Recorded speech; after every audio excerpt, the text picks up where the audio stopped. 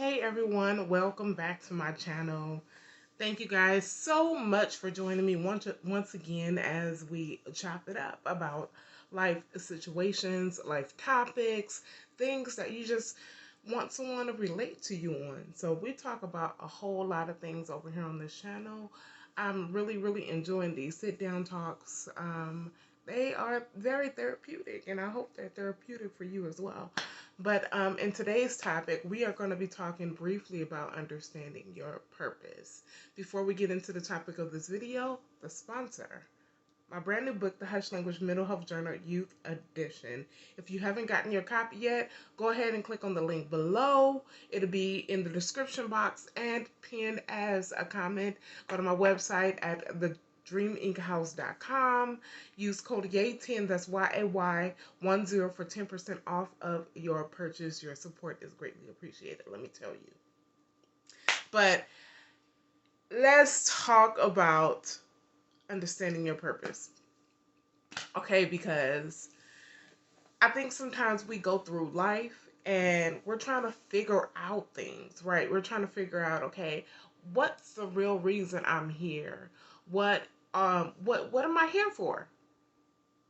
And I know you've asked yourself that question because I've asked myself that question many times. A lot of us have asked ourselves that question, and many times we think we know what our purpose is, and then we're back to the drawing board. And it could be frustrating because you're like, okay, I'm getting older. I don't feel that I have done what I should be doing or needed to do. I feel unfulfilled. Maybe you're at an age in your 30s or 40s and you haven't had children, you haven't gotten married, and you think that's your purpose. Maybe you're older and you feel like you never completed school. Maybe you think that's your purpose. So let's just talk about it. Here's my disclaimer, okay? My disclaimer is that I am in no way telling anyone what their purpose is. I'm in no way telling anyone that this that we're about to talk about is the right way to finding your purpose at all. Because I believe that there are many directions that you can go in finding your purpose. And so, the first thing for me in finding my purpose is I had to really go back and look at what was that one thing that inspired me the most, that I feel excited and happy about doing, even if I don't get paid. I feel like I can do it as a career and really enjoy every bit of the process. I had to really look at that. And then I had to compare it with what I'm doing right now in my life and how does that correlate? What changes do I need to make to get there? And I know some people can find it a bit of a struggle to really look back and figure out what it is that they like and enjoy and are passionate about and don't mind doing if they don't get paid. I know that can be a struggle, but you really have to really pay attention because sometimes it's those things that you think it's just not it. It's just a hobby. I enjoy doing it, but that's not it because I need to make money, okay? But your purpose is not about money. It's not about money. It's finding that thing that you were put here. Maybe it's caring for people. You just are a loving person and you care for people, whether it's in a nursing capacity, doctor, physician, mental health psychiatrist, or just a loving person, because that does wonders for the people around you. You're just loving and caring and open and just this strong, innate person. And maybe it's that.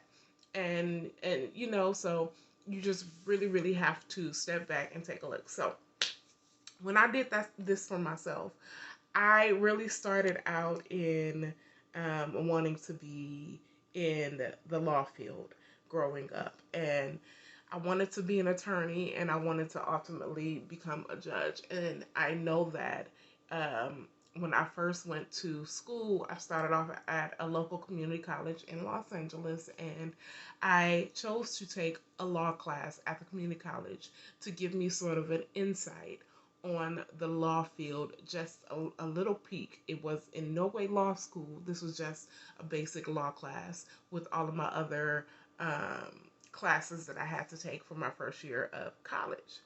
And so I took this class in hopes that it will inspire me and it will encourage me to continue moving forward.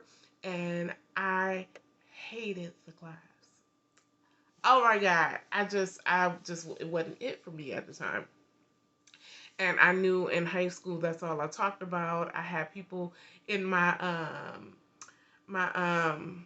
what do you call it? My yearbook. I have some of my classmates who wrote in there, Judge Toy, I'll see you on TV one day, because they knew that this is what I wanted to do for the most part. And that first class really turned me off. So I immediately switched directions, got out of it, and I went for what I was more passionate about, which was writing. And so I took up writing, something that I've always done, even outside our classroom. I took up creative writing, and so I went to the community college. I took my main prerequisite classes, math, English, science, all that, and then um, ended up taking writing classes, creative classes, and I thrived in them. Like I enjoyed them, and got A's in the classes, and just really, really, it touched me to the core. I was so passionate about it. But I was always told that you can't make a career out of being a creative writer or this or that. And just people tell you all type of things. And so it kind of deterred me a bit. And so once I graduated from the community college, I transferred to a 4-year college, which was San Francisco State University. And I ultimately took up creative writing as my major. Did a year in England and did a lot of creative workshops in England. Really, really enjoyed that, even though they were difficult and very different in England. I enjoyed the experience overall. Came back, graduated. Now, what I'm gonna do?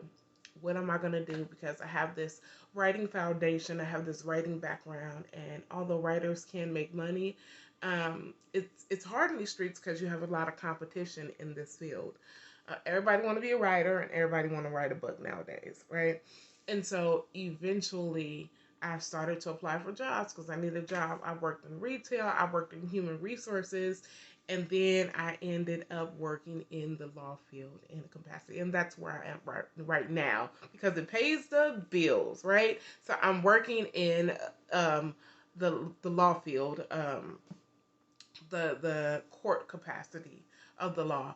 And I enjoy it so far. I've been in this field for about 6 years now, but am I passionate about it? Is it my purpose, right?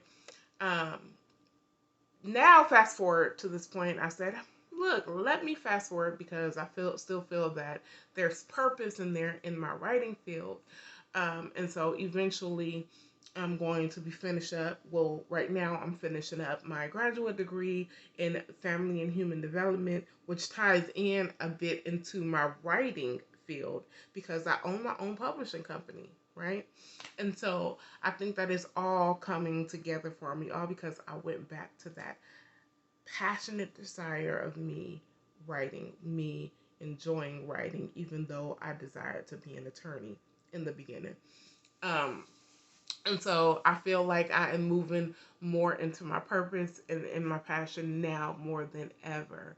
Okay. And so I would tell you, and sorry if that was a little bit long winded, but I just wanted to give you a background on how I feel that I began to find my purpose. Um, but I hope that that encouraged you to really, even if you are in your current career and you're not happy and you're not passionate and you don't believe that's your purpose, to really go back to that one thing that you feel passionate about and begin to line it up and figure it out because it's going to all start connecting together and just coming together. And so I feel that my life is headed in an amazing, amazing direction with my background in writing and creative writing. I have my degrees in that area. I have experience training in England in the UK, and then also my graduate degree that ties into family and human development. That's character building. That's really storytelling in itself, but that it focuses more on the community aspect because that's what I want to do: community and youth advocacy. And it focuses in on my writing abilities with these books because dealing with youth and mental health, dealing with depression, dealing with scholarships and getting into college, etc. Those are all things that tie back to number one, my publishing company, because I have that writing foundation and I have the skill sets to print my own books, develop my own books, from cover design, editing, etc. And then it ties right into, my degrees, my bachelor's degrees in creative writing, and then also my degree that I am in process of working on my graduate degree in family and human development because community youth advocacy. And so I feel that I am moving into passion, and it's an awesome feeling. So I encourage you guys out there um, to really, really understand your passion. You have to understand understand your purpose. You have to really understand what you're passionate about and begin to figure that out, begin to talk to people, begin to look up programs that are sort of help you with a better understanding. Even if you don't enroll in the programs, you can kind of look at the gist of the program's outline and what it entails, what it's about, see if it's something that interests you, that lines up with your passion. And sometimes you have to do a career shift or a life change. We only get one life, and no man knows the hour of when this life will be over for us, right? And so you got to go for it. You got to go for it. I hope this video encouraged you to understand your purpose a little bit better. It is a different take from other videos out there. Like I said, I'm in no way telling anyone what their purpose is or the specifics of the purpose, but just what I did, and hopefully my tips can help you. And so again, this is coming from a creative perspective. I'm still in the capacity of the law field, and that kind of ties into my dream as a young girl wanting to be an attorney. I'm in that capacity of the law field now, and then also my passion with writing and the community work and youth advocacy. And so it ties in. It all ties in together. It does. And I'm so proud about that. But anyways, thank you guys so much. That will be the end of today's video. I hope you guys feel inspired and that you are just living life on your terms, because that's what I'm learning how to do, sis.